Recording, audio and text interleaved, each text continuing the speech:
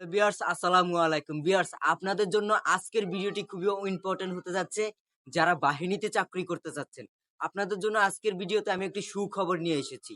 ভিডিওটি না টেনে শেষ পর্যন্ত দেখার অনুরোধ রইল সবার কাছে। ভিউয়ার্স আজকের ভিডিওর মূল টপিকটি হচ্ছে যারা সেনাবাহিনীতে আবেদন করবেন, যারা নৌবাহিনীতে আবেদন করবেন তাদের জন্য ভিডিওটি। আজকের ভিডিওতে আমি বলবো যে একজন প্রার্থী যখন ডিফেন্সের চাকরির জন্য আবেদন করতে যায় কিংবা সে নিজে আবেদন করে তখন কিন্তু যে আবেদনের যে একটা ফির বিষয় আছে সেটি কিন্তু অনেকের কাছে টাফ বিষয় হয়ে দাঁড়ায়। সে বিষয়টি হচ্ছে আবেদন ফি। আবেদন ফি দেখা যাচ্ছে যে একজন সাধারণ প্রার্থী যদি আবেদন করতে যায় যেই কোনো ট্রেডে হোক না কেন তার থেকে ৩০০ থেকে ৩৫০-৪০০ টাকা পর্যন্ত আবেদন ফি কেটে নেওয়া হয়। এই বিষয়টি কিন্তু আসলে অনেকেই হিমশিম খেয়ে যায় আবেদন ফি দিতে গিয়ে। আজকের ভিডিওতে আমি বলবো যে বাংলাদেশে বর্তমানে ডিফেন্সের চাকরির আবেদন ফি পরিবর্তন হয়েছে, অর্থাৎ অনেক কমিয়ে আনা হয়েছে।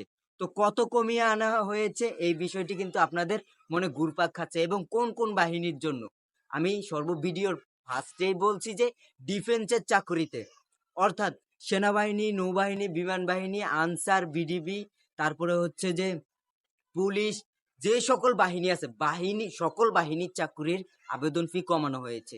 আবেদন ফি মাত্র করা হয়েছে ৫০ টাকা। আপনি কিন্তু ৫০ টাকা হলেই যেই কোনো বাহিনীতে আবেদন করতে পারবেন, যেই কোনো ট্রেডে আবেদন করতে পারবেন। তো চিন্তার কোনো কারণ নেই, কারণ দেখা যাচ্ছে যে অনেকে ৩০০-৪০০ টাকা দিয়ে আবেদন করতেন, কিন্তু দেখা যাচ্ছে যে আপনার অনেক স্টুডেন্ট আছে যে যার ৩০০-৪০০ টাকা দেওয়া খুবই টাফ বিষয় হয়ে দাঁড়াতো, যে আবেদন ফি ৩০০-৪০০ টাকা।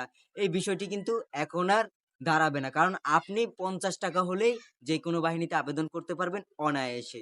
ভিউয়ার্স আজকের ভিডিওটি কেমন লেগেছে এবং আপনারা ২০২৫ সালে কে কোন বাহিনীতে আবেদন করেছেন বা করবেন অবশ্যই কমেন্ট সেকশনে জানাবেন। ধন্যবাদ সবাইকে, দেখা হচ্ছে পরে কোনো ভিডিওতে। Thanks for watching.